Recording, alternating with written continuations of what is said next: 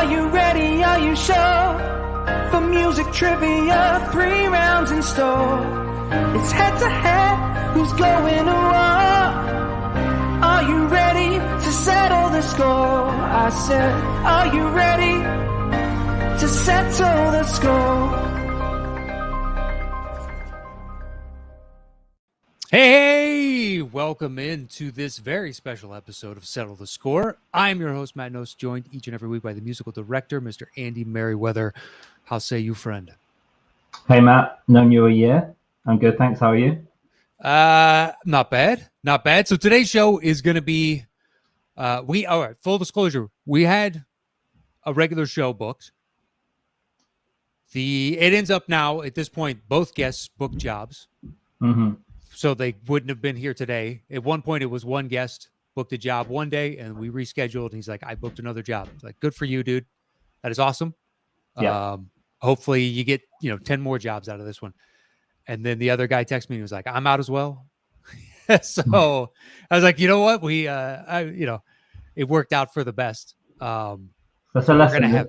It's a lesson for anyone that wants to get work in LA. Is that we're kind of like Good Luck Chuck as a podcast. It's book with us and then you get the gig. Potentially, sure. I'll take that. That's a nice positive. But yeah, it's something. I mean, it happens here. Or shit, I got a last minute audition. Can we shift this an hour? Welcome to Hollywood. So yeah, good for them. So we were just like, you know what? Why don't we have you guys back on another date? We'll figure it out. And it's been a full year, so sit back. Andy had the brilliant thought of let's discuss. It's been a year. Have a discussion between two of us of what we've enjoyed over the past 52 shows, or 51 rather, and then look forward to the future. So do you want to start? What's the first thing that comes to mind? Wow. I've told the story, I think, from my perspective in the kind of shooting the S word episode. But I would yourself? No, just right at the top of the show, and just let's spiral gradually into swearing, I guess. Okay. You just don't want to go for it? No, it's fine. I'm going to swear as much as I had intended on subconsciously swearing, and it's not. Go ahead. If you want to censor, go right ahead. Oh, I usually don't. But yeah, we, shooting the breeze. We had the episode, and I described how I remember us kind of forming. Sure. But I kind of I stepped all over that, and it would be interesting for me to hear, I guess, and for everyone else to hear what you remember from all of that. And you came up with the idea for the show itself. And I remember you specifically saying from, do you fancy doing something together, to here's the idea, was a kind of a 2-week window. So how was that 2 weeks, and what do you recall from that time? Well, I mean, you had sent that quiz to Catherine. Yeah. So more than likely in the back of my mind, I was like, oh, okay, that's something to store away. He's got that. I told you I didn't take it. Because you told me about it, and then we were busy, and I completely forgot. And by the time I remembered it existed, it was just like, well, it's been so fucking, I don't even know where to find it at this point. We'll save it for the, maybe we'll do like a movie production logo themed show, see who can hang. Yeah. I think it's tough. I think it's a tough quiz. But I think it's a fun one. There's a couple different of those that I want to, there's another one that I put on our scores list. It's at the very bottom of the page. Okay. I'm going to have a look now. Go ahead and have a look. Yeah, so the beginning was just like God, that was fun because we had worked on the intro to Golden Ticket, and I was like, he's super easy to work with, really talented. This is fun.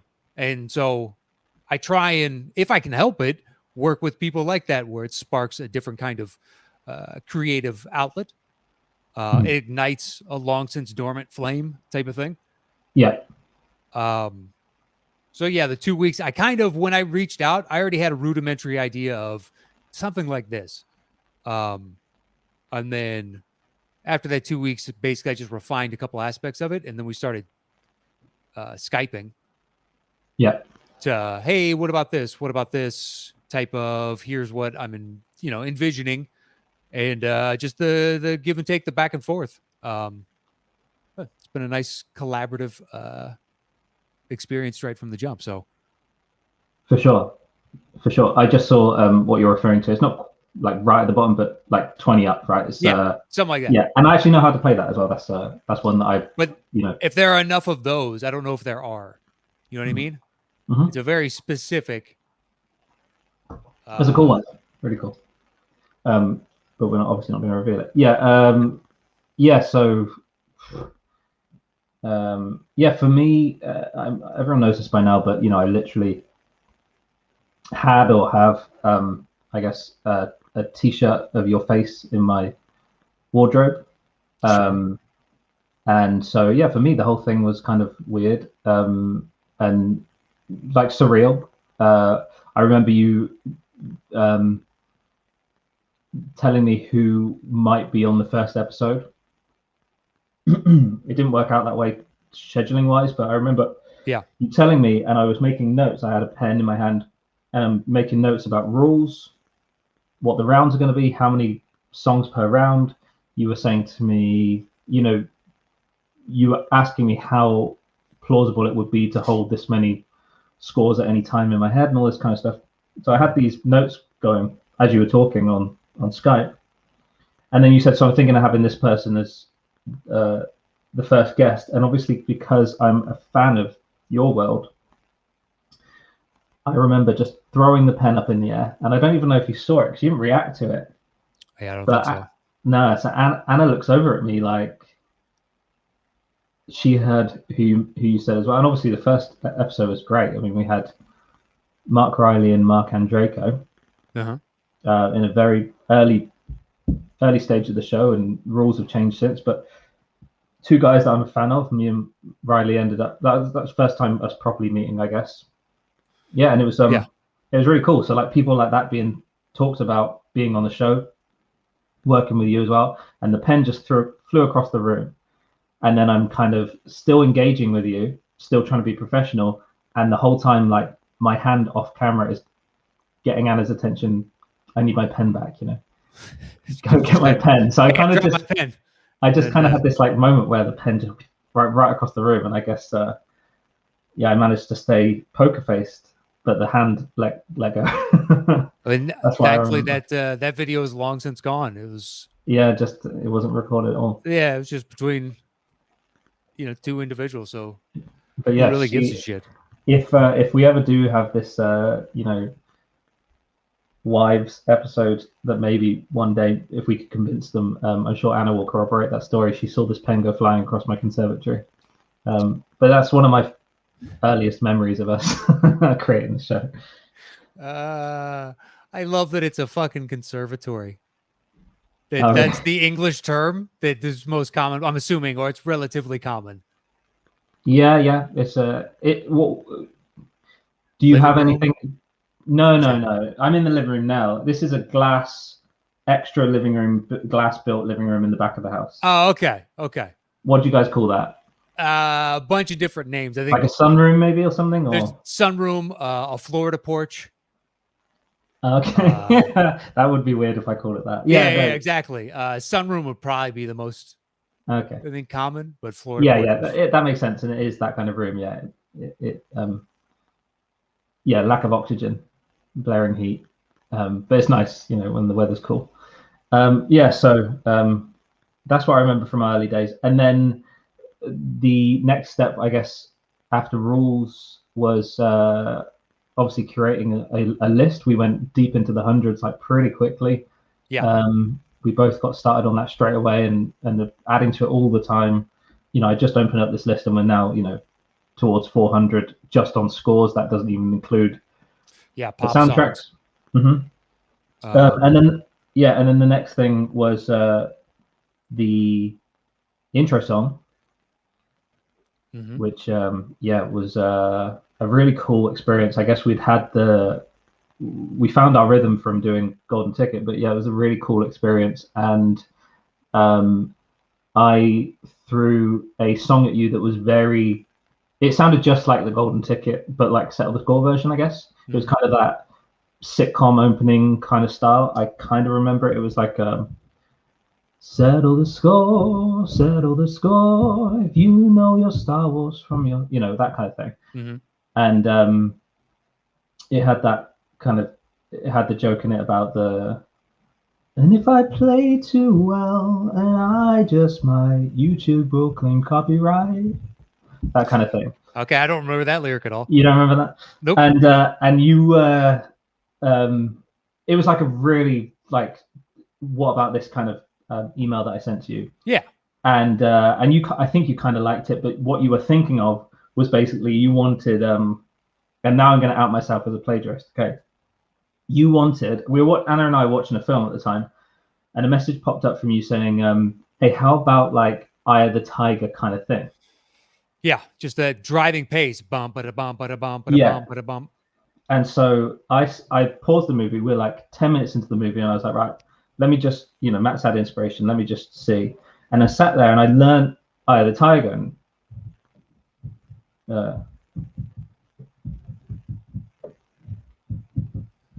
well, the keyboard's clearly on mute, and you're trying to figure out the keys right now. Oh, right. No, I was playing it. Can you not hear the keys? No, can't hear the keys. That's so interesting. Hold on 1 second. Just heard the gentle thud of you pressing down on the synth. Oh, that's crazy. I don't know why. Can you hear that now? There you go. Yeah. Oh, crazy. Okay. So I sang that original thing. I was actually playing the settle the score, settle the score. You didn't hear that, right? Okay. That was the YouTube line. Yeah, and so I basically, I sat at the piano after your message, and I learned blah blah blah, Eye of the Tiger. Sure. And I'm kind of just doing this.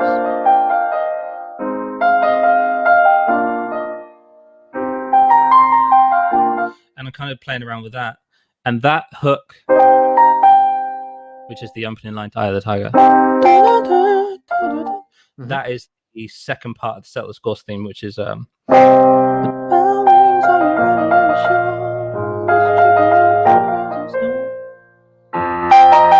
that's that. That's from, so if you could go settle the score into Eye of the Tiger quite easily, it would go the rings, are you ready, are you sure? For music trivia, 3 rounds and slow. Happen too fast. Don't take they are very, very similar. And well, welcome to music. Yeah, exactly. Yeah. You told me it's the inspiration. Yeah. Exactly. I mean, if you the best composer ever, John Williams, was told make this sound like such and such, and like we've talked about, and I won't reveal, but it could come onto the show one day. Sounds exactly like another movie from the 1940s. And yeah, so that's where that song came from. And even to the point where the original cut of it, remember, had that long intro with like it really had that kind of driving thing, and we chopped it down to make it kind of tight. And then I guess the only other like behind the scenes thing about the thing is that when the song ends, and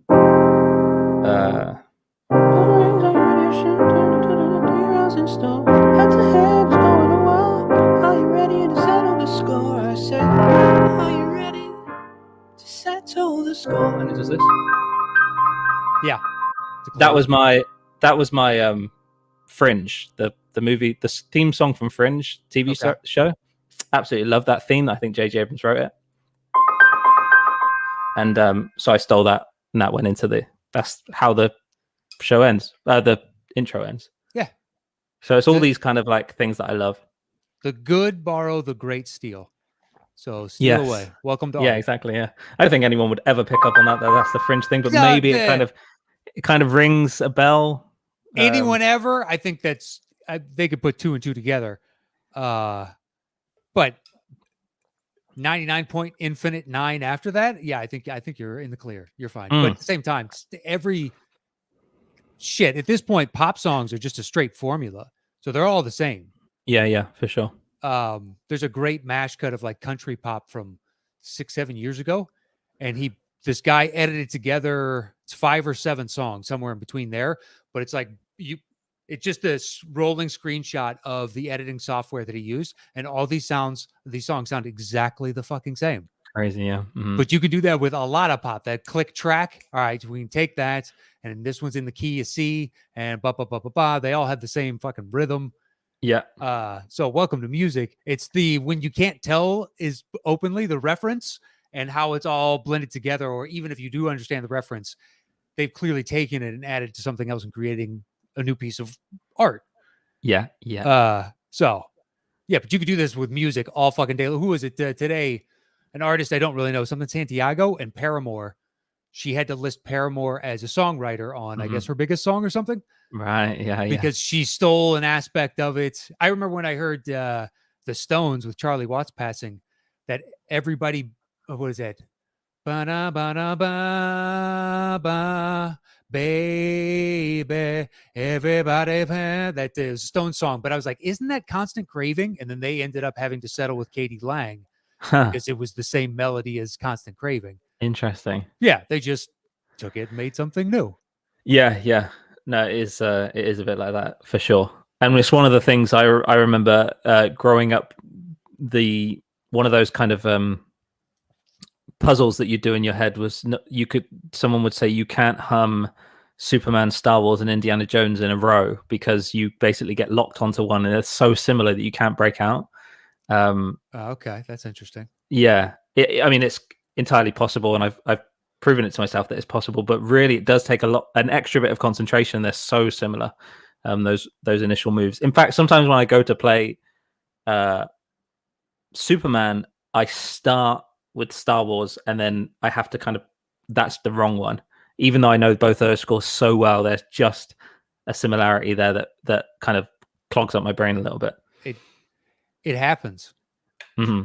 It happens. Like I remember, so I play guitar for a long time, and I still noodle every once and again, but I've kind of destroyed both of my hands playing basketball and other things that I just don't play as well anymore. So it's more frustrating than anything. But there were certain passages that other people were like, I can't play that in a million years. And for whatever reason, my brain was just like, no problem. And then others where you're like, I know every note on there. I can practice each as a subset individually and play it flawlessly. It's just the transition in a couple spots. I'm sorry, for whatever reason, my brain just does not want to piece it together. Whatever it is, you want it to be 100%. And it's like 1 out of 5, I'm getting this right. 1 out of 4. And it's just like, it's too frustrating. And I have practiced my ass off on this. Yeah. But then other ones, I remember, so I can play Thunderstruck pretty flawlessly, or at least I could.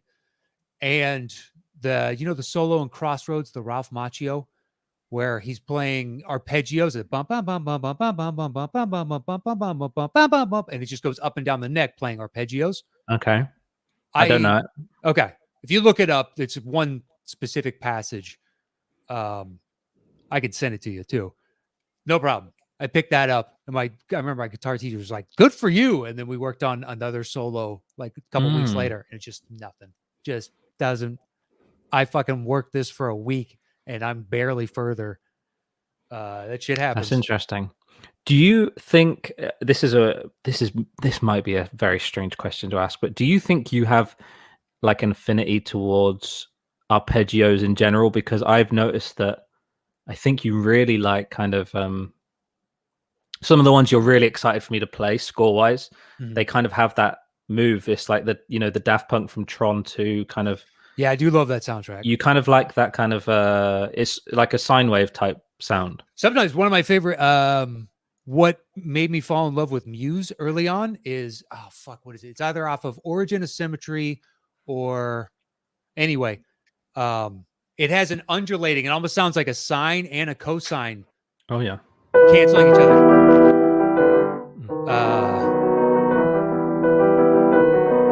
Then it goes up. That build. Yeah, I love their fucking early stuff. A friend of mine turned me on to them after like their second album, and I was instantly a fan. I was like, this is unique. Yeah, I do like arpeggios. I think they can be overused, but I do like arpeggios. Sure. There we go. Yeah. Did you know that about yourself? I knew that about myself. Cool. Well, I know the term. Yeah, no, for sure. Yeah, and it then you can arpeggiate all kinds of things, but basically just playing the individual notes of a chord as opposed to playing the chord structure, and then there's a little flair to it as well, usually with an arpeggio. You know, what I mean? Yeah. Just a little. Yeah. It's got a little pizzazz. Yeah. But when it's done well, man, it can really liven up a passage. Yeah, for sure. Yeah. Yeah. I thought for the longest time that Truman Show, and they're on the pier, and his friend, I can't remember, it's Noah, the actor from Truman Show. Oh yeah. Noah, His someone. best friend. Yeah. From like the Americans and stuff. Yeah. And he's like saying to him, if everyone is lying to you, Truman, that would mean I'm having to lie too. And then they do the father reveal. And I swear, until I watched it back as an adult, that they were just doing the instrumental version of that Muse song. I swear it was going like, yeah.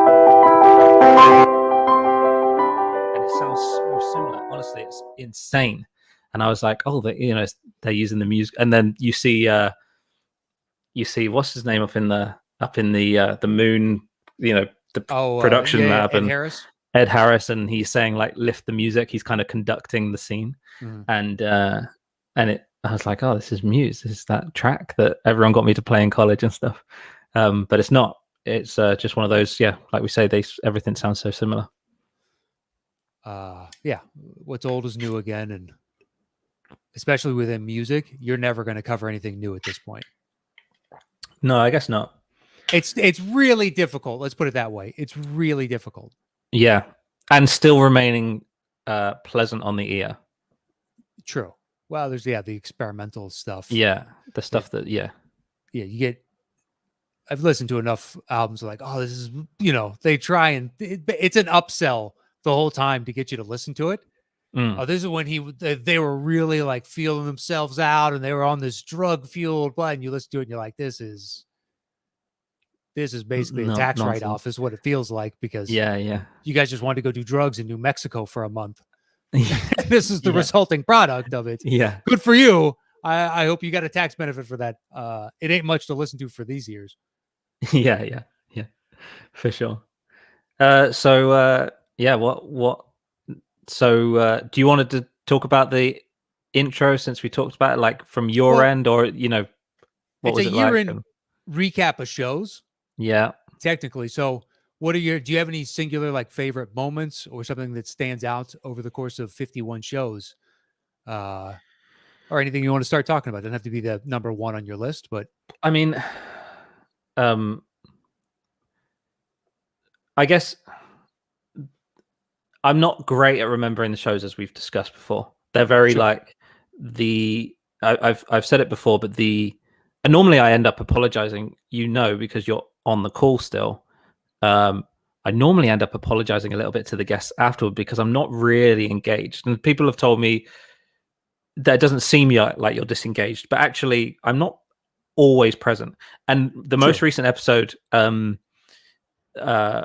because I tuned in at a certain point, whilst Rick Ingram, who I found him so funny, Matt. But I ended up stalling a moment, to analogize using a car. It was kind of like I grabbed the gear stick and stalled the car, and it was when he was doing his impression of Macho Man Randy Savage, and I caught it late, found it so funny, and then asked him what it was. And the problem was, he was like looking at me like, what joke are you going to make? What's the punchline here? And all I was doing was tuning back into the room. Yeah. Because of the amount of songs that I'm keeping. And sometimes that happens. Sometimes there's that kind of, because we're digital, because it's online, there's that kind of process you wouldn't have in a real room. You wouldn't lose each other like that. But I am kind of away a little bit from the atmosphere of the three, you and the two guests. Yeah. And sometimes when I tune back in, I've got to find my right moment. And there are things that I go to say that I omit because I've lost the timing of it.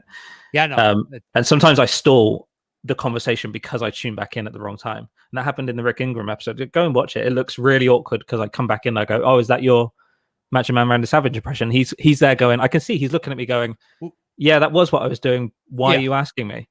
And it's because I wasn't paying attention, but you do have the nice thing of you're in Britain, so he could operate under the assumption that you don't know wrestling as well as we do here. So you're trying to figure out. Yeah, I think that you reading more into it than what exactly. Oh, of course, that's anxiety.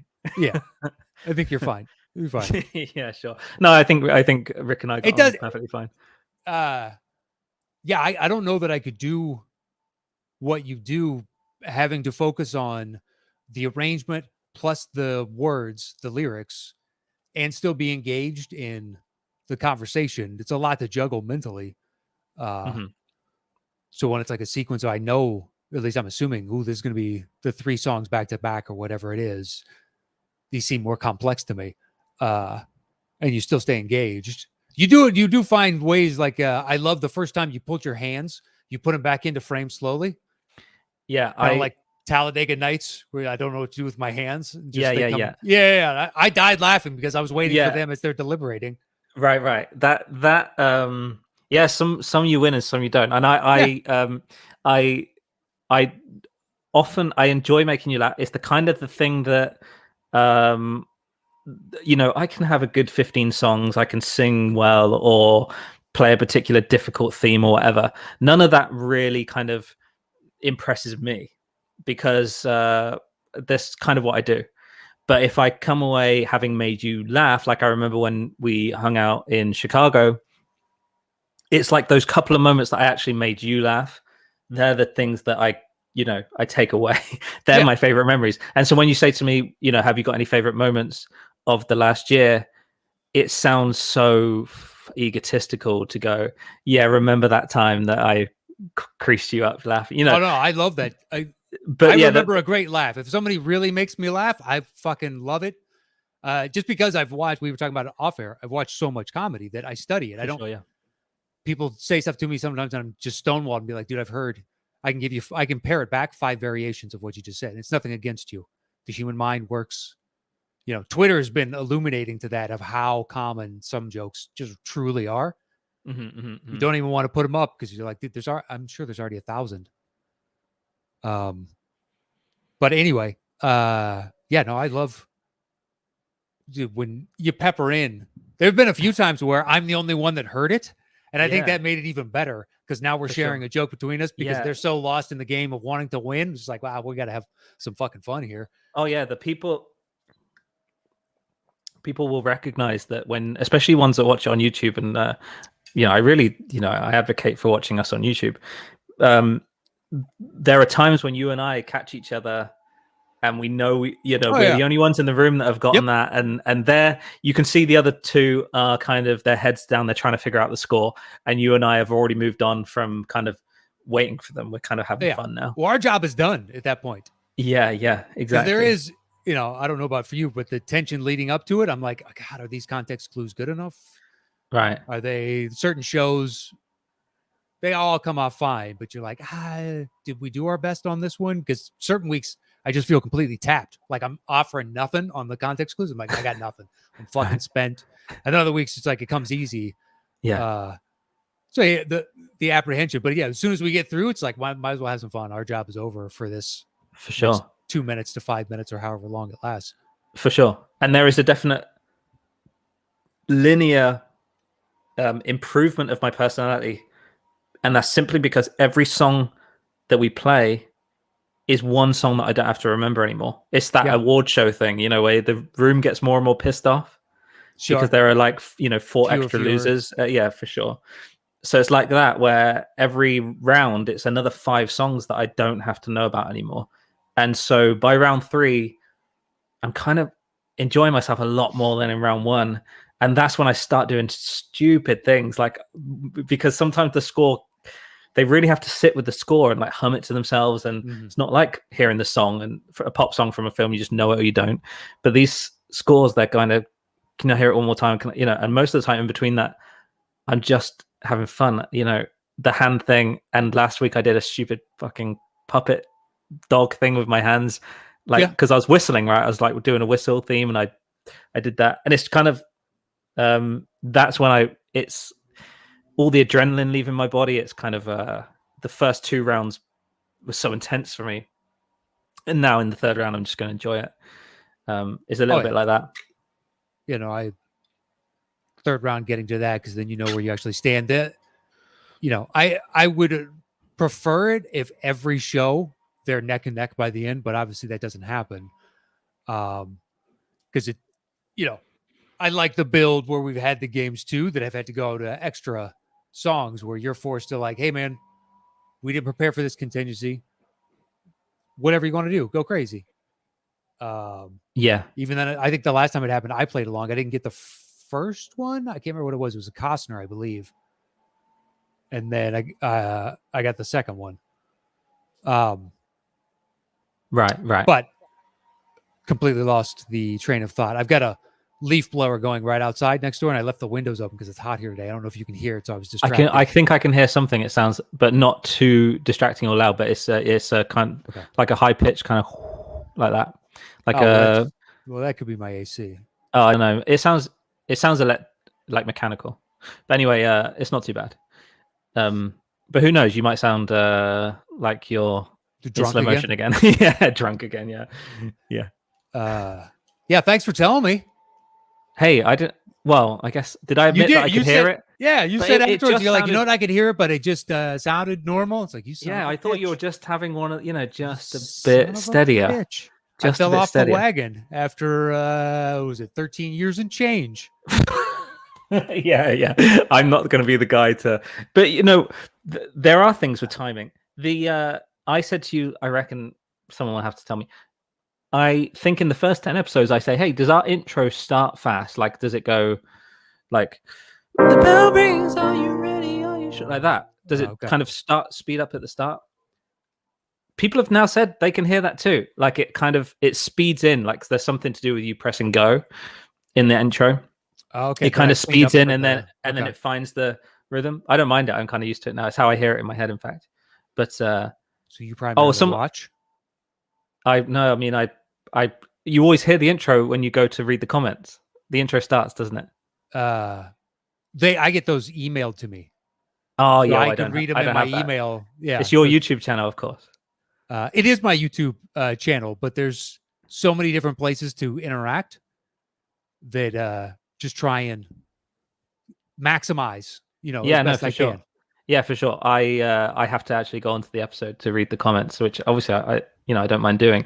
Someone put on Twitter, you're going to have to either remind me or I can go look, but basically someone said one of their favorite things is when you give out points randomly. And I completely agree. One of the funniest, it's absolutely what you decide to give points for. It can be, well, I mean, what are the examples? That someone making you laugh or someone insulting you, you go the other way. Yeah, sure. Like, take a point away. Take a point away or give a point to their opponent. Sympathy is another one you've gone for. I think it would be. So say we had on two of your best friends, right? And they took a shot at you that I could tell that hurt, but made you laugh and be like, a point for that guy. That's apparently an excellent joke. So you deserve an extra point. Anything that's just fun. Why not? Right. For sure. Yeah. Crossing either one of us, you could lose a point. Just so you know, that's on the table. Yeah.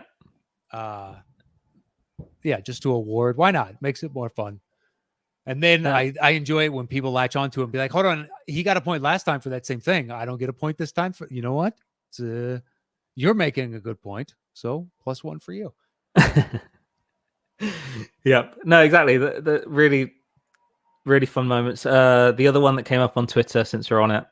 The first random point I remember being given out, but then when I checked today, it was the second episode. So you started that kind of mini tradition early. Second episode, the Wangers are on, and Brian just made you laugh, and he had no points at the end of round one, and you were just like, "Dude, you deserve a point for that joke or whatever."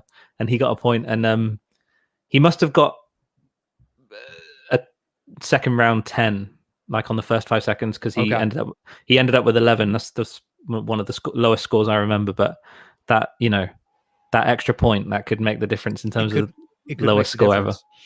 And I love that. Was it Christian is now not one of the three Wangers because Brian took game 2, did he not? Yeah. Yeah, the guy yeah. that you didn't anticipate, I believe, won game 2, so Christian is locked out because didn't Cody win the first? I can't remember. Cody won, yeah. Yeah. Yeah. So we'll have to bring them on for can Christian finally Finally get there, yeah. I know. finally And make it to the mountaintop. yeah, and yeah, speaking of Christian, he was very helpful, wasn't he, on episode whatever. Bibiani and Whitney's second episode with us was the horror special. Yeah. And it was just super deep cut. I remember I mean, that was the hardest week I've had in terms of learning music, because some of this stuff you couldn't even find. You had to like trawl through YouTube to try and find these films or scores or whatever. Tough. I ended up having to watch like 3 or 4 of those movies, just make sure where, I mean, I'm fast forwarding through, but whenever it gets to a pivotal, you can tell it's a scene. I'm watching that scene to see how, if this is memorable enough to use as a musical cue, because we're going deep cut, but I don't want to go insane deep cut. Be like, oh, you remember this one tiny scene within that movie? Whereas like, okay, the big theme, what do they use the big theme over the biggest moments? Or is it just like the credits and outro and they use other music for other shit? Yeah.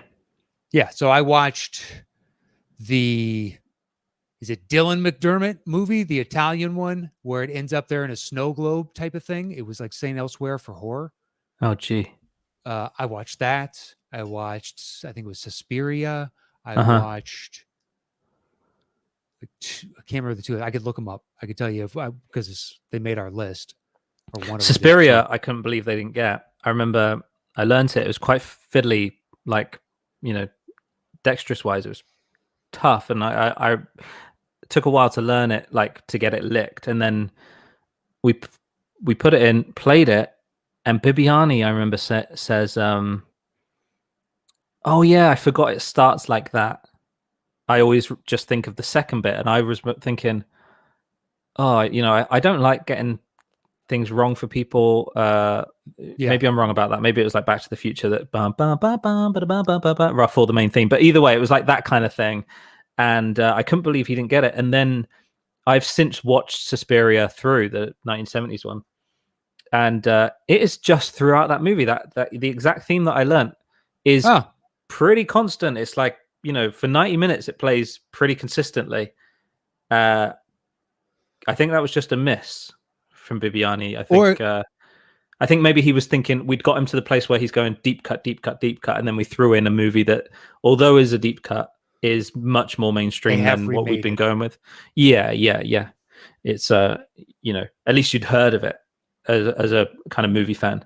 Whereas some of them, absolutely no idea. But yeah, it was Christian Rubicabla that helped us with that list, right? Because he went pretty deep.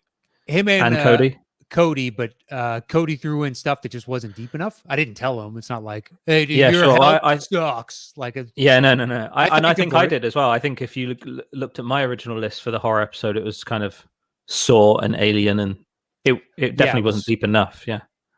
I went and found a bunch of different websites of like great cult horror movies that you may not have seen, and I was like, okay, well, let's go through these. And I started making a side list of that, and then Christian came in with, I think he had like 8 or 10 suggestions. We might end up using 2 or 3 for sure, but another 2 or 3 were in the mix. Yeah. Which, they were. I mean, that's a decent chunk of the show. 2-3 songs, right, in and of itself. Yeah, for sure. Yeah, it was a really deep. I think we got complimented by both William and Whitney for how deep we went. But I remember thinking, you know, we'd play the score and then they might guess a film that's later down the list, or they might throw out a guess or not sure what it is. And then we say, or you say that score is from this, and they go, oh yeah, I hear it now. And I'm like, I've never even heard of the movie. Like I was impressed that given the answer, they knew it, you know? Yeah. And then they start describing scenes. Oh yeah. This happens. And you're like, yeah.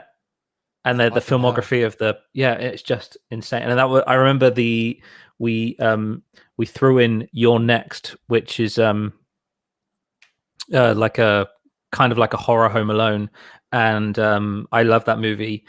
And the main girl in it is Australian, and so my context clue was Home Alone Down Under. And Bibiani's like, that movie isn't Australian, and thus started the Bibiani being frustrated with our context clues tradition because there's not an episode that he's on where he doesn't have some issue with our context clues. I think that's funny. So that's He keeps us on our toes, right?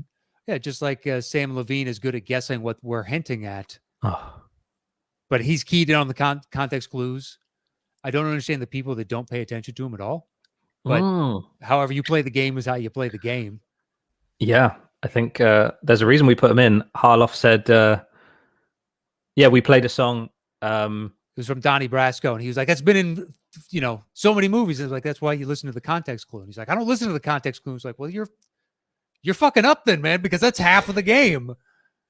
I mean, it's rare. It is rare. So over the course of 50 shows, because we've now redone one, we've basically done 700 unique scores and songs. As far as we know, we have not repeated anything.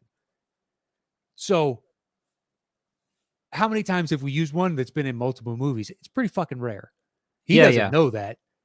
But it's like, well, pay attention to the context clue, man, because that's keying you in. But I can only think of like 2, maybe 3 movies this was in specifically.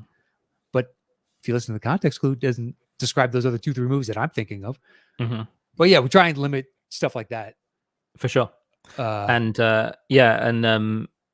only got a couple of context clues where it potentially threw them off a little bit rather than hint towards. I know we want to kind of make them think of another movie or some sort of category, but a couple of times we've been kind of wrong with the clue, and I think that the Home Alone Down Under one was, I misunderstood where that movie was from because the main girl in it is Australian. I think in Babadook maybe, but I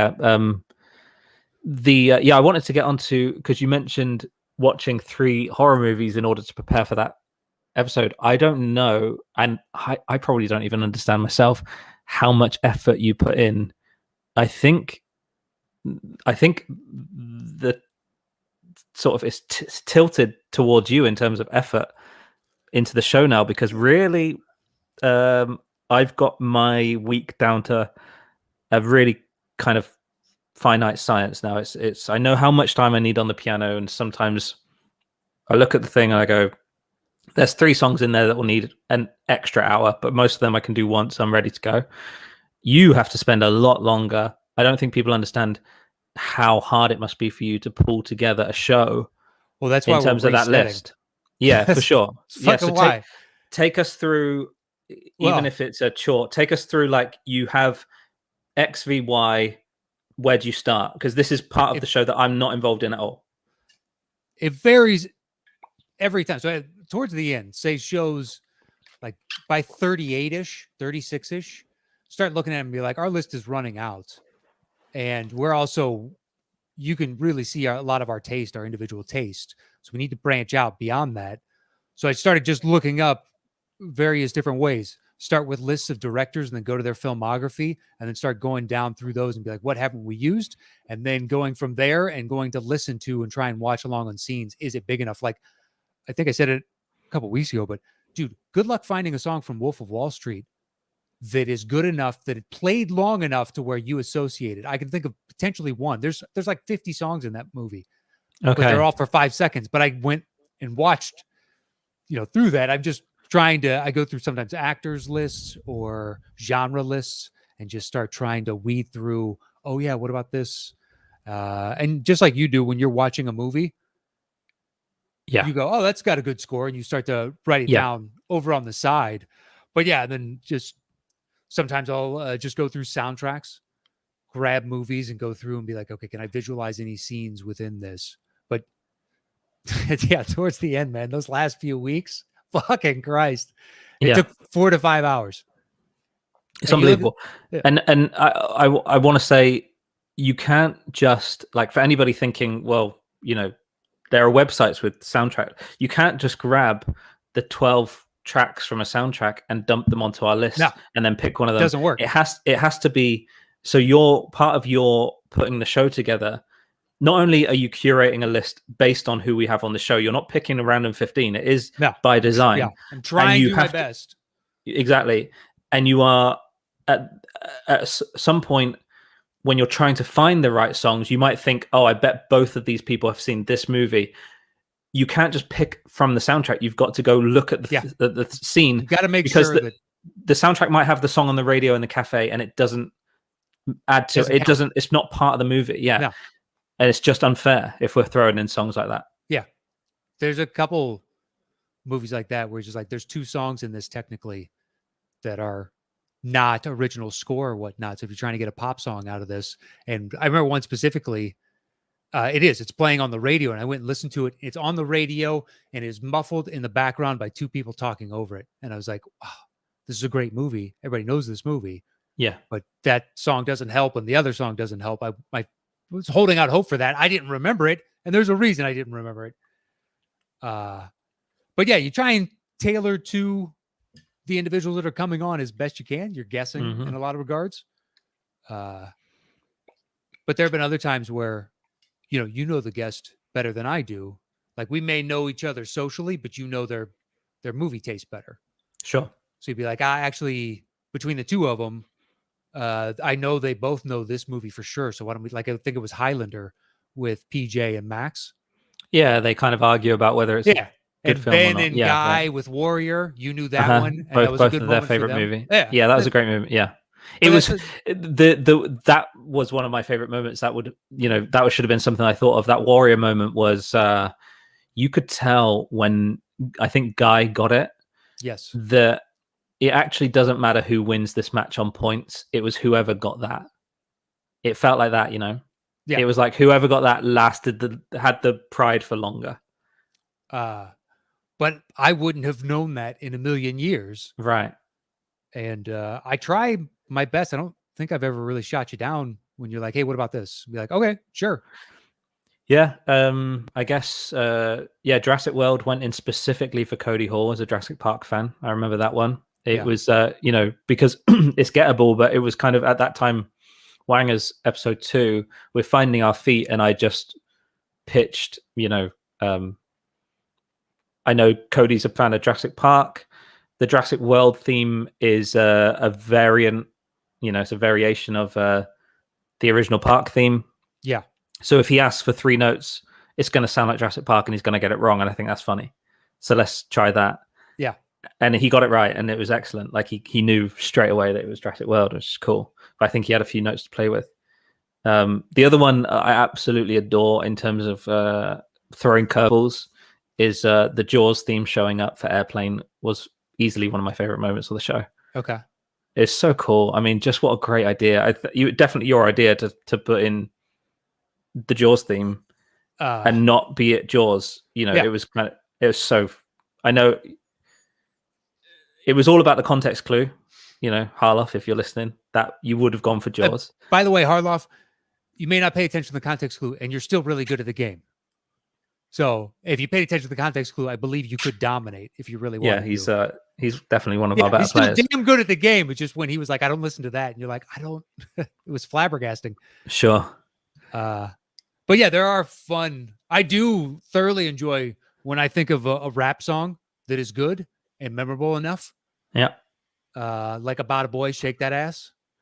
Like, I think they guessed it before it got to the chorus. And I was like, I wanted to hear the chorus so bad. Guys, come on, really? I know. Yeah.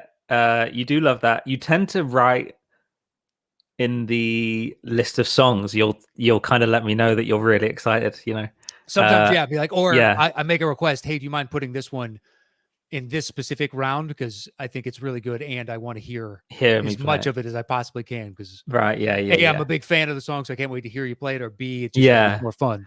Yeah. I think that's where I was referencing the Daft Punk song from earlier because it was a score, so it would have been in round 3, and you said, "Can you bump it to round 1 and play it for longer?" The rap songs are funny. I've had to omit. Well, it's funny. The last rap song that you gave me was for Colors from the movie Colors from Ice-T.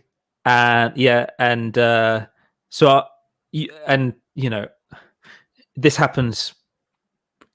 We've done a year of shows, and you've done this kind of thing where you want to move something late like twice ever, and so it's not a big deal. And I work fast anyway, so it's absolutely fine. But you always will say to me, if it's not possible, just pick something yourself. But you said, or we can leave it. But sure, you said I want to throw in the movie Colors because I don't know if it will be applicable to any other guests, right? So I'm like, yeah, sure. Normally I'll just say yes to you. I haven't had a chance to listen to it. So I put on the movie colors. Usually in the shower, I'll put on the 15 tracks and I'll learn them in the shower to sing or rap. So I put on the 15.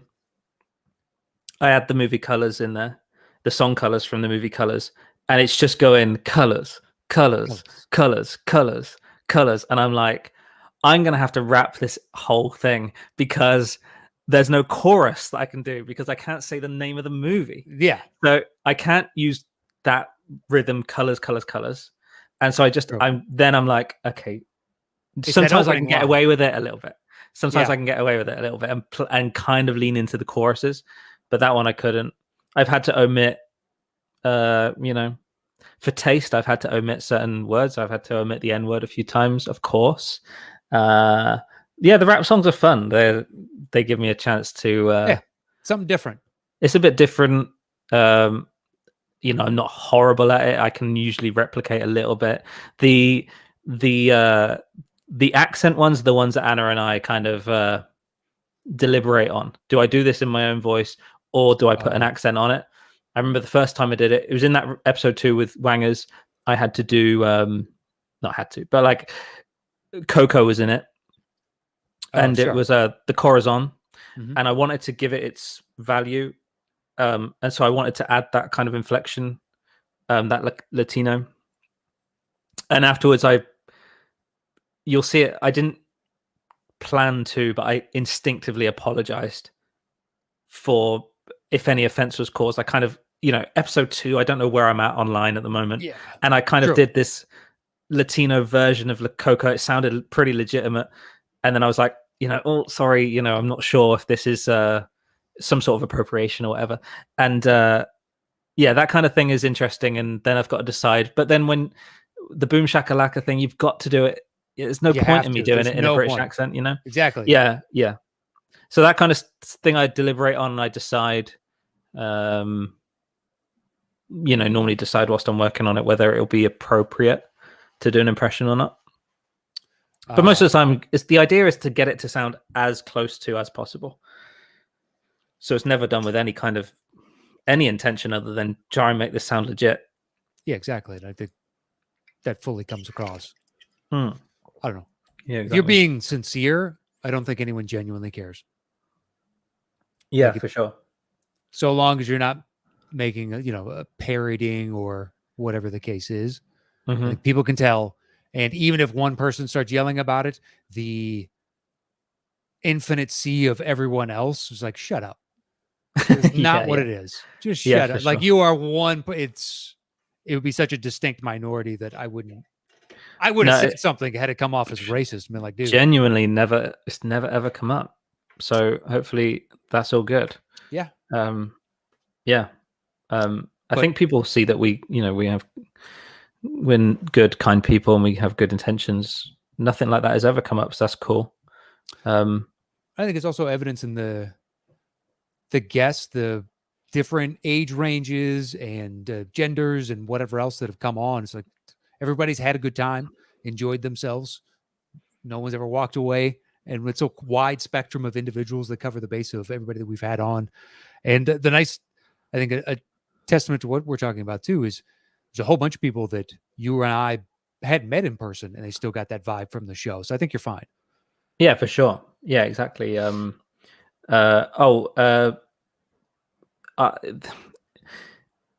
favorite moment. It was quite recently, I think. It was the Black Widow. It's a fan show, right? Christian v. Remind me who it was. It was Nick. It was Christian and Nick. Yeah, of course, it was Nick Baldwin, who I was just on his show. And was it Nick that said? Again, this is Nick knows because I described to him what it's like. But basically, this is me being disengaged. But I think it was Nick that said, "I know this is from the latest Marvel movie, but I can't think of what else it's from." What an excellent moment for the show. Yeah. Just hey, you know that movie you were just alluding to? Exactly. Yeah. Smells Like Teen Spirit. Oh, it's happened in a balladic way. Yeah. What show was it where Nacho Libre's song was going to be in the 5 second and somebody made reference to it in the first round and then couldn't get it in the second round. Be like, you Who just references- talked about. Yeah, who references Nacho Libre? And that has happened a few times where they'll bring up a movie in round 1 or 2, it ends up being in round 2 or 3. Well, you and I come up with context clues sometimes. It's happened, and then we have to avoid it because it references a song later on. Yes. You see that sometimes, like it will be a reference to a movie, but now we're planting the seed. We're not, the context clues never plant the seed of what's coming up, but you can't get someone you can't remind them of a movie that they might not have thought about in 10 years. And then suddenly you reference it and they've got that movie swimming around in their head when you go to play the theme. Yes. So you got to avoid that altogether. And it was, that was a great moment, the Nacho Libre one, where I can't remember the reference, but they said it. Like maybe the song sounded like it was from that. And it's like, that I'm going to be playing a song from Nacho Libre in about 3 songs. Yeah, how precisely. weird. And then to not get it. That has happened a few times. People have made the reference and then gotten the song later on, but I would say over the course of 51 shows, it's probably happened 5-6 times where make the reference, don't get the song. For sure. I think the horror special, it was the first horror special. Maybe I think we'll do another one down the line. That horror special with William and Whitney, I think you can kind of take their list of answers and match them up with the list of songs, because they were naming films that were coming up later on, and it was kind of like if you could just grab all that and kind of zigzag across the page to the answers, you'd have it. It was weird in that episode in particular. Yeah, they're right in the wheelhouse. Yeah, they're just getting them in the wrong order. We're talking about wheelhouse, the Janine and Makuga show. That was a bloodbath. They fucking crushed us on. That was crazy. If we do rom-com 2, there are going to be no context clues. Absolutely no context clues. Nothing. Yeah, just name the movie. We talked early on about context clues, and we had... God, the evolution of context clues is so interesting. If you go back to those first episodes, we're doing quotes from the movie. We're doing impressions of the movie. We had a list once where... Do you remember we had a list once where it was we had a list of maybe directors or a list of composers, possibly, and you were thinking, if the context clues are too hard, I'll give them the composer. Do you remember that? It was something like that, right? No, you had started using puns with the composer's name in it. And I think that's where that sparked the discussion of maybe we can move on to this, but I really need to know that they know the composer, because that's kind of difficult unless you're steeped in it, like you're Eric Woods or Jason Drury or somebody that lives in scores. Sure, yeah. Right. Yes, you're right.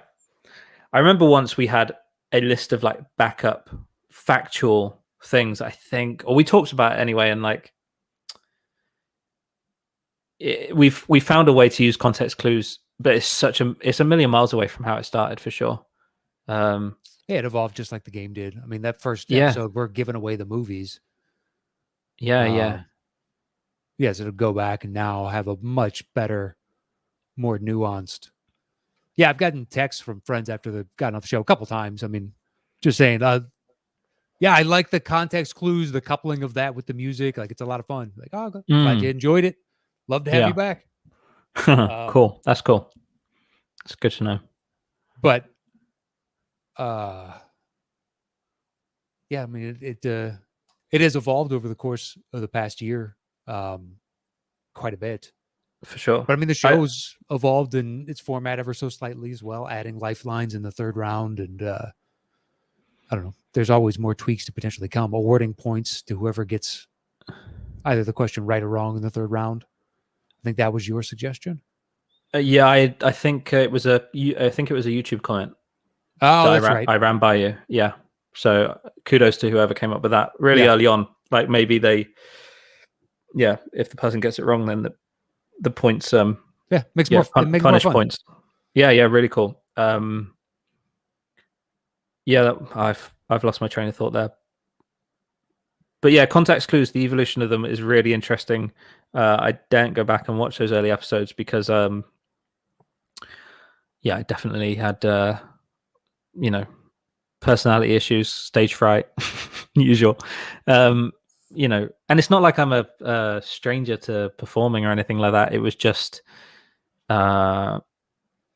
it was just finding that rhythm. I think you and me, like we've changed as a partnership so much from those early episodes. We didn't know each other. No, at all, really.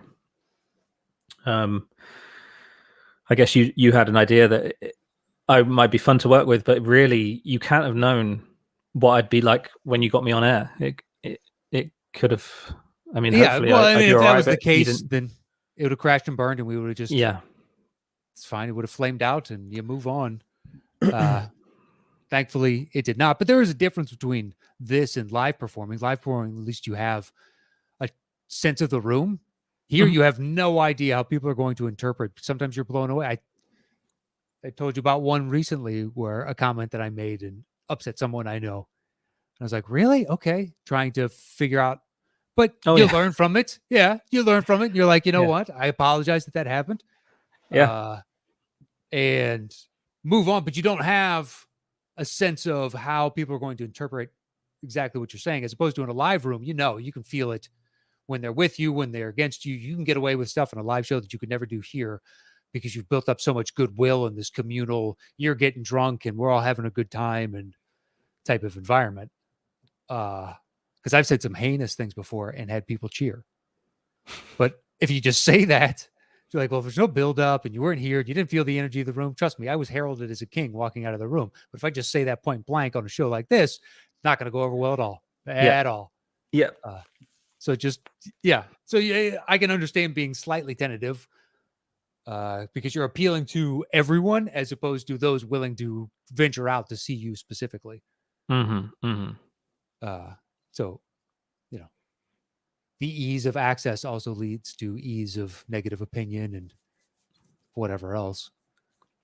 So I can understand being tentative. Yeah. There's nothing wrong with that. For sure. Yeah. And I've grown with it and I've gotten more comfortable. And I remember this is a behind the scenes thing. This is before we ever started. I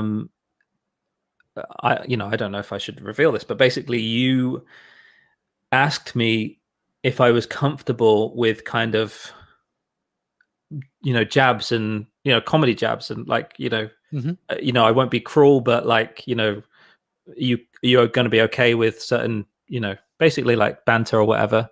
Although I don't really like the word banter, Palling but around. you kind of said, that's the kind of vibe that I would be going for. And are you going to be okay with that?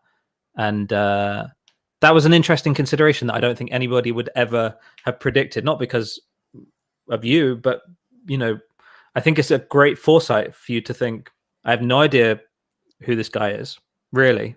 I know he can play piano, but what's he going to be like? And is he going to be cool with this kind of thing, or is it going to get stuck in him every week? Yeah. And Or you could feel like I'm offending him, or it could be certain things like, I have zero problems, just please don't hit me here. Okay, that's fine.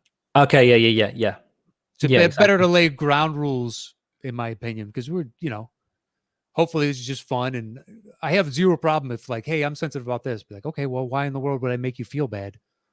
I'd rather make you laugh and enjoy yourself. So, okay, I gladly won't talk about that. Moving on. Yeah. It's not a discussion to me. For sure. And and I think I think those early weeks, I think we figured each other out a little bit. I think this is the show to bring it up on. I don't think I even thought about it, but you and I had our first and only kind of not quite happy with each other episode, like not episode of this. I mean, like episode is in a moment. And I had to it was about me finding my place and you kind of coaching me. I think that's how I see it, as you coaching me through getting guests and things like that. Like I think I was overreaching, and potentially, there's a balancing act you have to do with sensitivities, other corporations and things like that, other shows. And basically it was me getting really excited and reaching out to people all the time, just like, hey, I'm doing the show now, you want to be on, blah blah blah. Yeah. And then it was kind of you I think it was good. Like you kind of coached me into how to go about it, and until I had that the way that consideration or sensitivity as to how to go about it, it was, why don't you play it through me first? And I think that worked really well. Yeah, and now we've kind of found a rhythm. But I was overreaching for sure, and it could have got us in trouble. I knew it was going to lead to, there's one potential outcome that it was going to lead to, and it led to that outcome. And I was trying to avoid this as best I could. Yes, yeah. Or at least deal with it on different terms. And it came up and it passed and everything was fine. But yeah, usually they're like, hey, what do you think of so-and-so? And I was like, dude, if you like them, let's do it. Like, I don't, by and large, it's just a couple of times it was like, hold on, man, pump the brakes, please. Because there's a whole backstory to what that ask means in the context of this over here, which you don't know. There's nothing wrong with it, but please let me just explain to you why this could be something. Yeah. Yeah. And because every other time you're like, hey, you don't know this person, but I think they'd be great. Be like, awesome. Find a date. Yeah. Don't care. Because I don't know their backstory, so we can all, but if I know the backstory, well, that leads into something. And I found out a backstory just recently. I think I told you about it. Yeah, you did. Off air. Yeah. Where we were reaching out to somebody else and they're like, actually, we do not get along. And I was like, well, I'm glad that came to light because I try not to surprise people and be like, here is so-and-so. I try and tell them. So usually they're friends. Not only tell them, but we both have the approach of, who do you think would be a good opponent for you? That's a thing, we've had that. But yeah, the thing, what happened with me overreaching and you being like, hey, pump the brakes or whatever. And I guess I think you found out a little bit about how I work. I understood where you were coming from. And it really it's interesting, Matt, because it could have gone the wrong. I think if we weren't so trustworthy in each other, it could have gone bad at that point. I think. I'll say it. You were ringing me to try and resolve it. Yes. And I remember saying to you, like, it was whatever time in the morning, like, let's just talk tomorrow. And I think you really wanted to get to a resolution because we have something good. And I was in the same place, but just a little hot, right? Just a little. Yeah, you could tell you were gassed and be like, yeah, hey, man. right. And you sent back something, you're like, whatever it was. And I sent back, it's like, in no way am I saying that. Please let me explain myself. Sure, yeah. No, I'll say it because it was an asshole thing to say. Yeah. I said to you, I'm not just a fucking piano player. Yeah. And yeah, that's what I responded, was like, when have I ever said no, you're just sure. a fucking piano? Like, I know. Trying to be collaborative, and like I'm more than praiseworthy on the context clues. You know what I mean? No, I love it exactly. when you come up with a good one, man. I think it's I know. Plus, it makes me happy and be like, how far have we come since that? I mean, we're talking about a few weeks in. Yeah. We didn't know each other, and like, yeah, I'm not just a fucking piano player. It was very. I wasn't trying to be a dick. I'm just like, nah, and with certain people, there's a backstory, and we just got to respect that backstory. Exactly. That's all it was I felt like it was personal whenever I wanted to have someone on the show. And it was just unlucky. It was just every person I suggested happened to be picking. It was like three straight times. It's like, dude, I feel like I'm being a dick right now, but yes. But then after that's that, what you said, yeah. Every other person you put in, like, awesome. And then people I don't even know, like Max Haddad, and you're like, I think he'll be great. And Kip brought him on. It was like, he was great. And then we had Peggy and Adam Collins. I didn't know them, but you did. And you're like, I think they'll be great. And be like, awesome. Yeah. Had them on. Yeah. They were great. And Marisol was another suggestion of yours. She was awesome. Yeah, for sure. No, and it was just unlucky. And you were like, dude, I feel like, I remember you said that. I feel like I'm being a dick, but no. Trust me, I am not just trying to shoot you down to be a dick. But honestly, like, how far have we come since then? Even as friends, it's just insane. We just didn't know each other at all. Yeah, we started the show. We'd spoken. We had brunch together in Chicago, and then we kind of talked 2 more times, really. In the context of building a relationship here, it started on the Skype calls. Yeah, exactly. Like, and I think. Yeah, it's cool. I love how we've really become friends throughout the year. It's not like we were friends that decided to start a podcast. It's kind of every time. And we don't talk much between episodes. You know, unless something comes up, we need to talk about it. Like a guest spot day, or what we're going to do, yeah. and most of our conversing happens in those notes pages on the list of songs, and we kind of type to each other there. And so really, if you watch every episodes 1 to 52, that is pretty much not knowing each other, now friends over the course of a year. It is basically our FaceTime with each other is all that. So yeah, and I feel like it's pretty evident that we've gotten closer when we understand each other more, and the rhythms and the humor and everything's getting really tight. And aside from me stalling, but yeah, I think once again that's just you reading into it. I know what you mean. I would feel the same way, but know that it really didn't throw. It's also understandable. And any guest that doesn't get it, just like, dude, take 2 seconds and think about what he's doing versus what you're doing and I'm doing, especially. He needs to be in a completely different part of his brain right now, and then tune back into communicating with words was a different section of your brain. And you just got to be. He's accessing more points right now. Yeah. It's like the old cable operators. You know what I mean? When it's like, the Klondike 355, but they've got to do the switchboard. Right, like, dude, he's got cable here, and we only have to worry about like these two. Yeah. That's kind of what it is, for sure. It's that's why I don't think because I was never good at playing and singing at the same time. So okay. Play, sing, plus be conscious to some degree in the moment. I don't know if I could do that. That's it. Well, okay. This is another interesting moment that happened on the show really early on. Was overplaying on the wager note. It happened on episode 1 or 2, and I basically had learnt the song. I'd learnt the score, say whatever it is, Jurassic Park, whatever it is, and I'd learnt the score, and then they say 6 notes, and I just started playing the score, and you're like, whoa. Oh, really? I don't remember that at all. Yeah, really early on, and I was like, oh, like that. Just I hadn't gotten into my head I mean, obviously it makes sense. I know the number of notes I have to play, but it then kicked into that muscle memory, and I'm playing, and I forgot to just stop at 6 or 9 or whatever. And you're like, whoa, and call me out. Like, I think it happened on a 5-second round as well one time where I just kept going. And you were like, I think that was like 10 seconds. Yeah, because I just kept playing until you stopped me. Because I hadn't. It's bound to happen. Almost so early on that I'm just make sure I get this right. Just make sure I sing in key and play the right chords, and I forget I'm supposed to stop.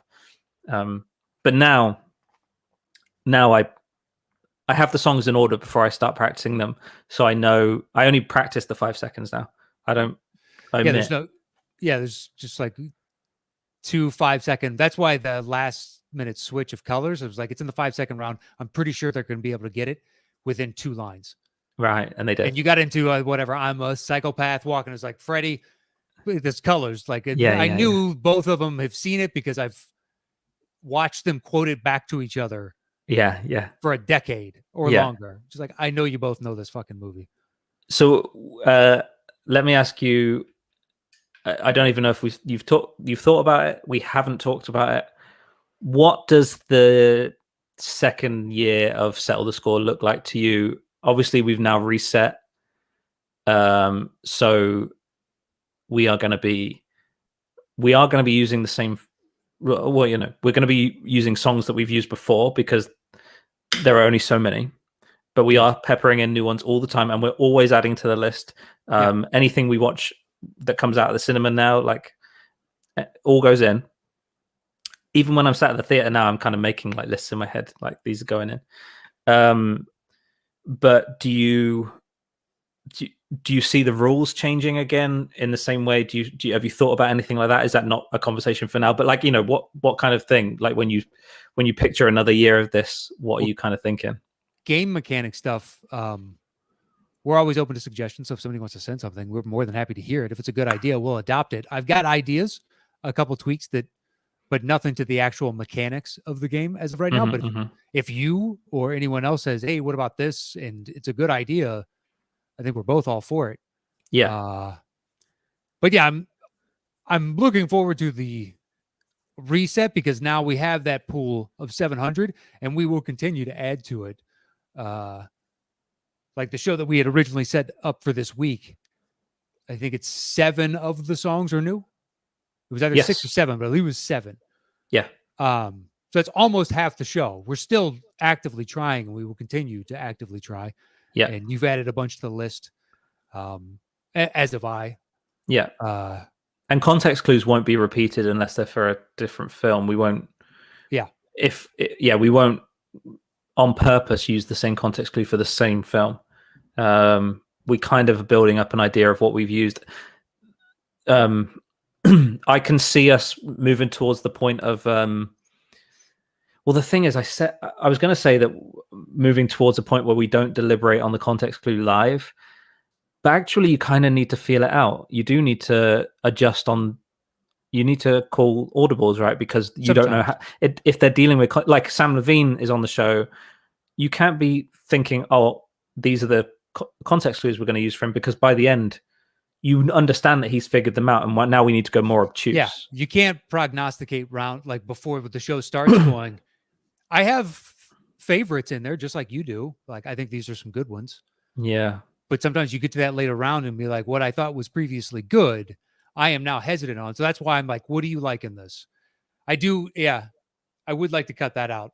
Not entirely, but I'd like to cut it down. I do. Yeah. I mean, there's a way of me kind of, I can put an asterisk next to my favorite, and then you don't need to kind of refer to me on it, I guess would be the way to go.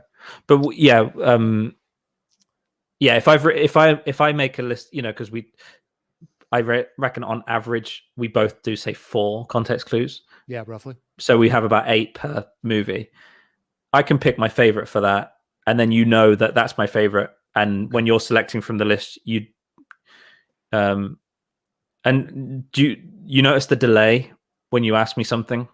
Sometimes, yeah. Yeah, because I'm like, I'm not with you. I'm not even looking at the list. Yeah, I'm kind of, if anybody, when you see me playing on my phone, it's lyrics. I'm terrible with lyrics. I never remember lyrics.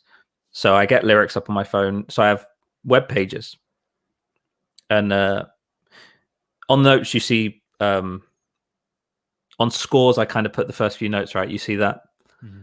I put I'll say like this, G, C, G again. Like, I'll put the first 3 notes just to jog my memory, put myself on mute, play it a couple of times. And the sneaky ear thing, which I brought up on In Love with Movies, this thing that people see me do, people have told me they've noticed it, and I'm sure some people haven't, but this thing here, whilst you're talking and engaging with the guest, that's me listening to the song because I've forgotten what it is. Oh. So I'll put that in. I'll press play on my Apple Music. Okay. And then I go, oh yeah, I remember that song now. And then play it. It just goes from my memory a little bit. Hey, Josh, that makes sense. It's a good idea. Yeah, so I have the list on Apple Music, and sometimes you'll see me do that. So yeah, if the AirPod goes in, you'll know that basically they've gone. Usually the process is, person X says number 3, and then I have the list here, and I go number 3. And I go, ooh, how does that go? How does it start? And then in my head, I'm going, I don't know how it starts, can't figure it out. And then reach for the AirPod, and I just act like I'm with you guys, and I'm actually just listening to a song. And I go, oh yeah, there you go. Yeah, I can play that. So that happens. Something to look for. It's not going to change. I'm still going to have to remind myself sometimes. Yeah, why would it? It's inevitable. Yeah, and the the cable's gone. We figured that out. The tech, even on the we had core art Alex draw a caricature of us both, and I had the cable because I had to listen to you guys and the piano at the same time. I figured all that out. I would like to, how I envisage the second year going, I would like to up my instrument game because I have a few synths and strings on here, but I would like to move towards potential for some sort of drum loop for certain tracks would be handy. Go crazy. And that could sit right here on my left, and on I've got a table here with my water and my mic anyway. So I'll get a triangle. Just let me know when you need me. A little triangle. Well, we did the kazoo. I bought a kazoo for a particular song, and I can't remember what film that was. It was like a western, and I've done some beatboxing. Like we've played a little bit, and then sometimes I'll add some strings and stuff like that. But yeah, I would like to up the instrumentation game. I think I did a drum loop once, and it was pretty awful. There have been a few songs that we couldn't, in my opinion, use because they are so guitar heavy. Yes. Once I think translated to piano, it's really difficult. It is a guitar fucking song. 100% agree with you. Yeah. And if I focus, like I can dabble on the guitar, and if I genuinely put my mind to it, if Settle the Score did go this far, by next year we'd be talking about I'm bringing in guitar. I think I can get there for the amount that I have to use it. It would be very rare.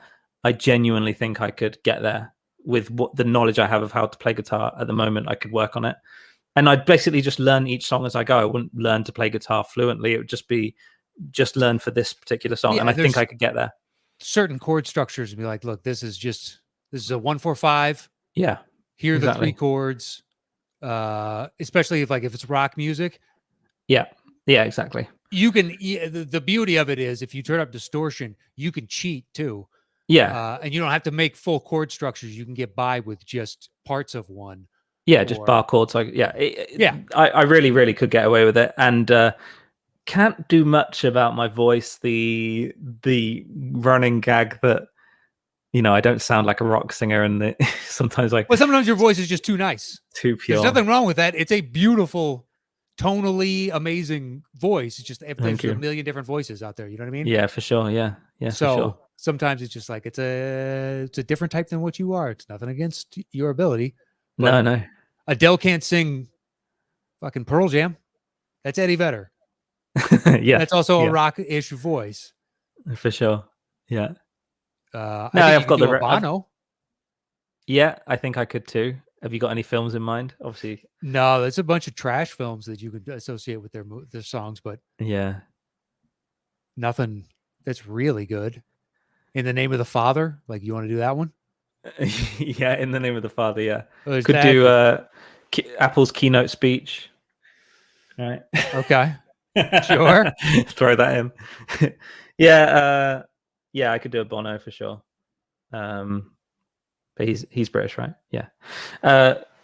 Yeah. Sometimes I struggle with the tone. Dynamics isn't tough for me. I can pretty much sing as high as I need to. I don't think there's anything that's really caught me out. I've done a couple of Whitney, and that's about as hard as it's going to get vocally.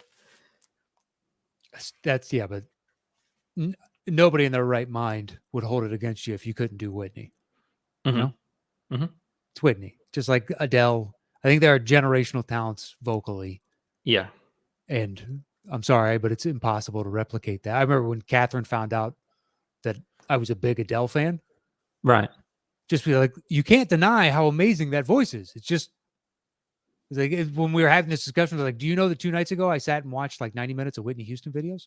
Like, her voice is fucking amazing. It's just, yeah, you got to respect there's the God-given aspect of it. And she also worked on, increasing the range and the timbre, all that. That being said, like Mariah Carey does nothing for me.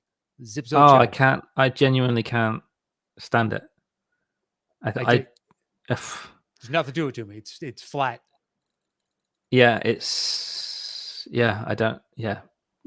I've got a few. I completely agree with you, and I don't. Yeah, it doesn't have any weight to it. No, it doesn't elicit any emotion within me. It's like, yes, that you're hitting a note that's wildly impressive, but for some reason, the timbre of it does Zip Zilcho.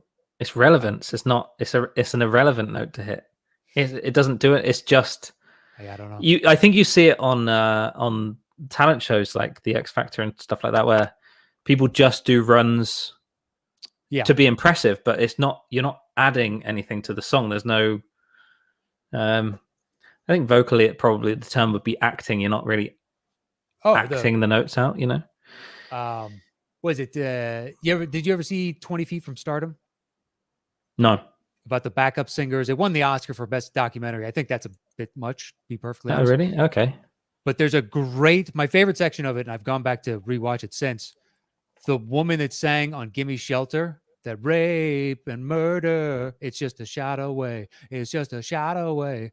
So the Stones reached out and had an intermediary. They were just looking for somebody to come in, and she came in at like 2 a.m. with rollers in her hair. And she's like, "You want me to sing what?" And they were like, "Just go for it.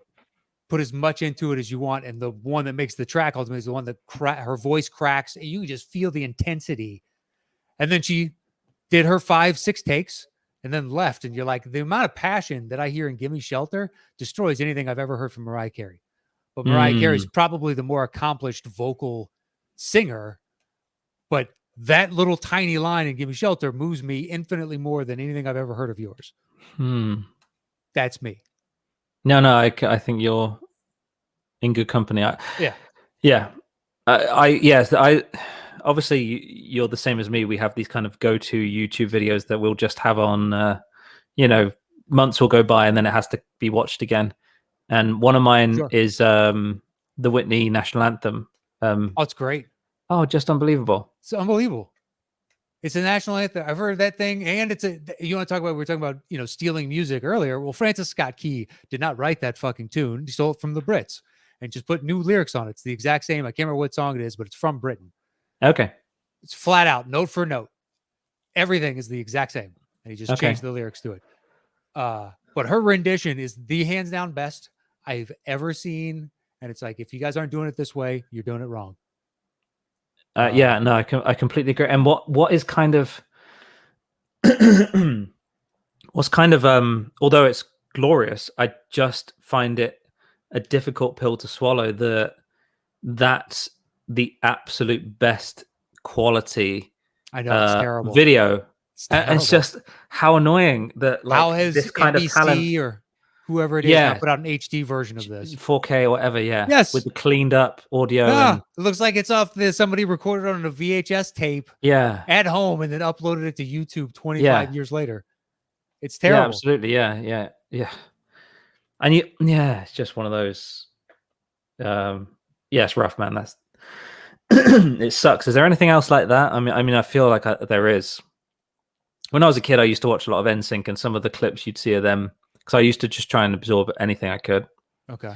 And some of those, just because they're 5-part harmony, they actually sing. Who were the big British versions of the NSYNC and all that around the same time? A friend of mine was the keyboardist for one of those bands and went on tour with them for like 3 years. Oh, really? Yeah. He's a great guy, but it's one of those things of he's bald.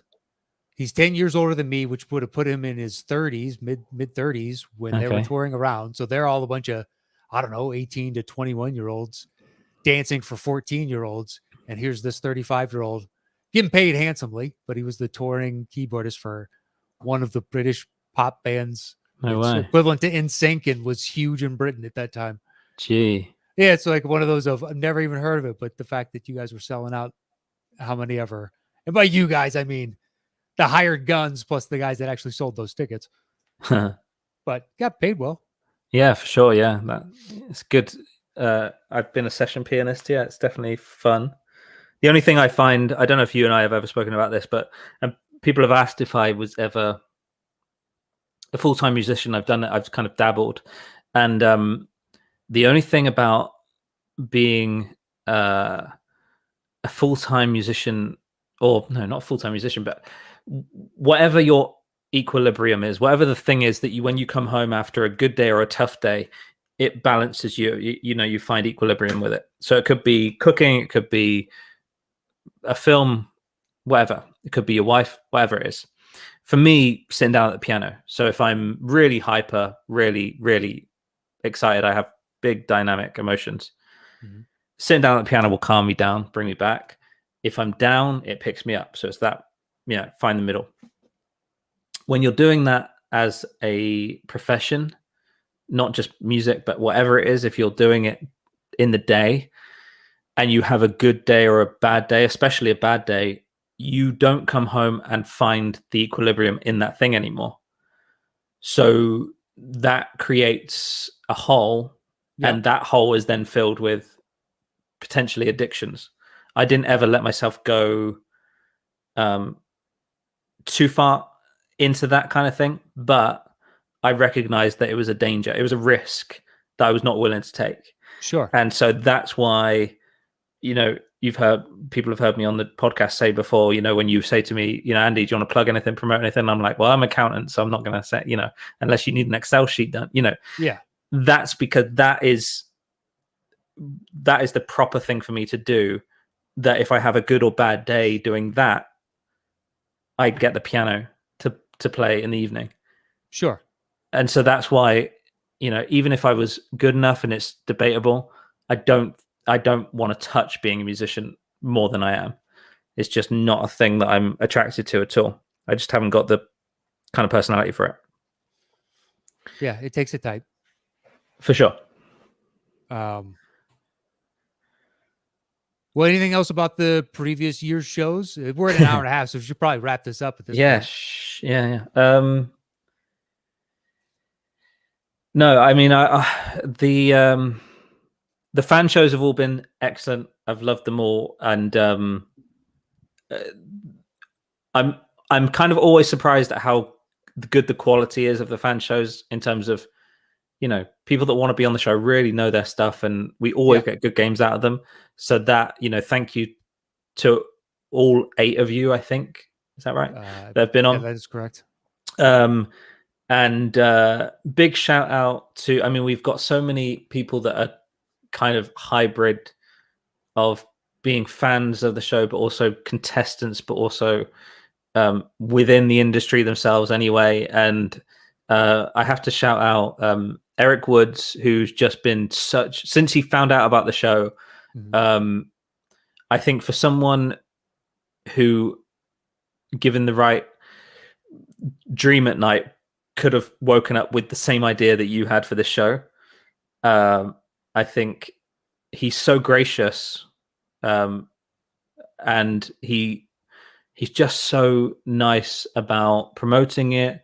When he comes on, he's always so great. So Eric Woods, special shout out to him, and Jason Inman, who I didn't know before Settle the Score. I'd never met him before, and he's been on 3 times, I think.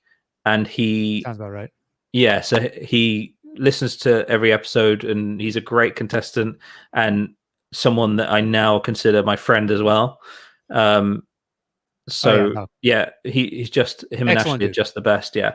And there are a bunch of other people that I've met and become friends with, but particularly when in the early days of the episode, we had those kind of personalities advocating for us, Cinematic Radio Sound and Jason and Ashley promoting the show back when we were, it was nothing. Settle the Score. It's just, the small thing. And it's growing all the time. But yeah, I just wanted to shout out those 2 in particular. And to the other roughly 70 or 80 people, Andy is saying, fuck off. Yeah, these 2 are my special little snowflakes. Exactly. And the others are, now there's so many people. We could go down the entire list. Those are 2 excellent ones. And everybody that's been on, come in with the right attitude, looking forward to playing, excited about it, wanting to come back, and excited when they do. So it's been fantastic to meet like all the fans that you brought up, all 8 of them thus far, and all the people that I had never met before actually doing the show, reaching out and asking if they want to be a part of it. But and to people that we haven't been able to see in person because of the pandemic, just all of them in general. It's been a nice little outlet to, hey, how you been? How are things? Things are good. And sometimes there was one show in particular where the previous time we'd had the individual on, you could tell they were in a terribly bad mood. And then the last time we had the individual on, we spoke for almost an hour after the show ended.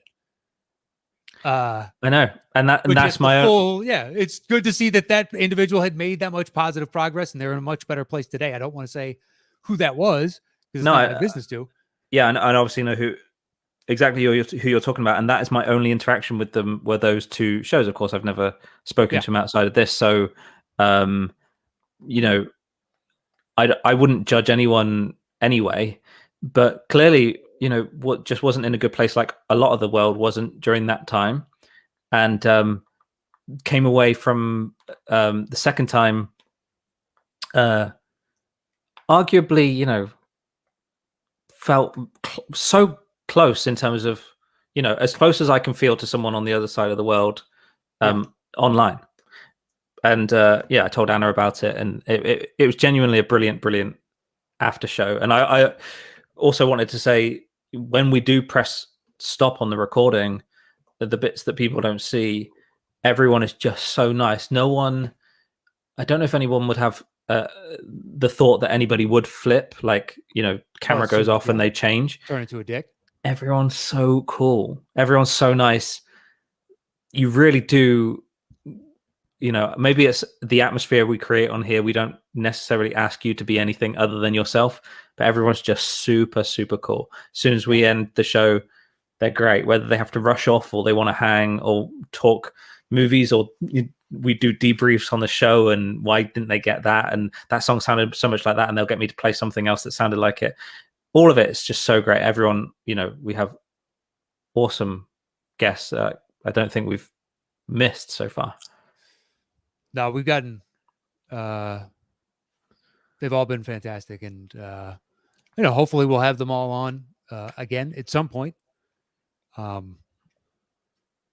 There's certain people that if we were doing this full time, it's like, dude, you would be in the rotation for, because inevitably, like if you amped it up to talk show where it's like, oh, we had to do this 4 or 5 nights a week. Well, here in the States, certain hosts have their go-tos and they end up on the show 3, 4, 5 times a year, just out of necessity. If we had a cancellation, you want to come and hang? And it happens. It's just like becomes one of, I already know there's a handful of individuals who had on and be like, if you want to be on repeat, you're really good on the game, you understand, you interact really well, and you appreciate the game and the mechanics of it and try and take advantage and enjoy all the different aspects of it. But yeah, it's fun to see afterwards, like how enthused they are and how much fun they had, because I think that would translate then to the people at home. And if they're having a good time, then we're having a good time. Mm-hmm. So it's been a lot of fun, but it's been really nice to see other people, meet a bunch of new people, and interact with people online. So thank you to everybody that supports us. And do you want to say anything else? We can go ahead and close this up. Yeah, I just want to say thank you to everyone who took us seriously in naming our little friend in the logo. Yeah, I forgot about that. And we were talking about it off air before the show, and we're in awe of some of your creative suggestions, and we're going to figure something out. I think you promised a spot on the show for the person that came up with the name, and we're going to figure something out because we both have kind of a favorite, maybe, and we'll figure it out, but we might let you guys make the final decision via a poll or something, but we'll deliberate on that and get back to you.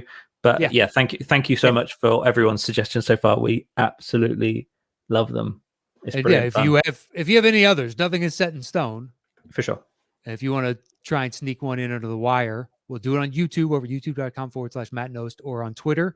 You can hit up Andy at STS_AndyM, or me at Matt Knost, and let us know. So if you happen to send it to Andy and don't add me, who cares? Because he'll tell me, hey, this person sent this. Be like, oh, okay, I like that.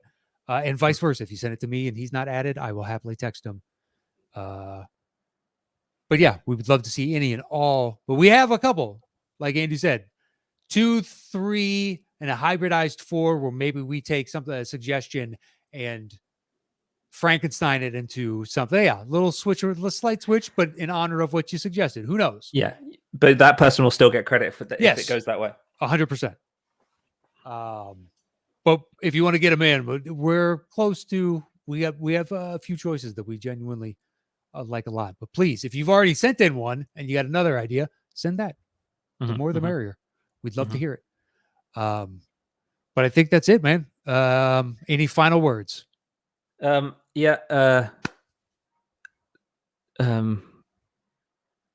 No, I don't have anything. I wanted to say something like clever, like something along the lines of, oh, I know what I wanted to say. Next year, I think we're going to head towards some merch. I think Luke will be on my side a little bit, and he'll come up with something. And I think by the end of our year 2 wrap up show, I'll be wearing a T-shirt that says, "Do you want to be a dick or not?" Really, you have hesitancy about saying curse words, but you're going to wear a T-shirt that says, "Do you want to be a dick or not?" I just assumed it was. I assumed it was referring to some English king called Richard. Is it a swear word? No. I will be excited to, Well, we can give you the English version and just, do you want to be a cock or not? Oh yeah, that's true. Yeah, that's true. I would imagine that's a slightly better. It's got a better flow to it, but that is a much harsher version than dick here stateside. Yeah. I that was going to be one of my questions: is how did you come up with that phrasing? And I don't want to know. I like the mystery. We'll save something for next year. Yeah, I like that because eventually somebody will flip. Everybody's nice at first, unless they know each other and they're like, "Nah, I'll be a dick." Yeah. But if they don't know each other, well, they're like, "Well, no." This fucking sense of bonhomie, and then by the end of it, you're like, "I need the points. I'm gonna be a dick." Like, all right. Psychology, just watching the progression of an individual. Yeah. What about Eric trying to undo all of Canada's goodwill by just going straight in for the dick? Well, that's funny. He flies in the face of stereotypes. Of course. All right, but that is it for this week's Settle the Score. We'll be back to regular scheduled guests and shows starting next week, and then we have a fan show coming up in the 6 weeks, something like that. But if you want to be in the timeline, it's roughly every 3 months. It'd be somewhere along those lines. Anyway, if you want to be part of it, you can retweet and like the tweet that I put out each week, or just leave a comment over at YouTube. And the more comments you leave or retweets you give each week, it just adds your name to the hopper that many more times. So please hit us up on those if you want to be part of the fan show. They're always a good time. And that is it this week. Follow him at SDS_Andy, me at Matt Knost. We'll see you guys next week. Stay safe out there. Get the fucking shot, for Christ's sakes. Wear your masks. Stay 6 feet apart. Stay safe. We'll see you guys next week. Adios.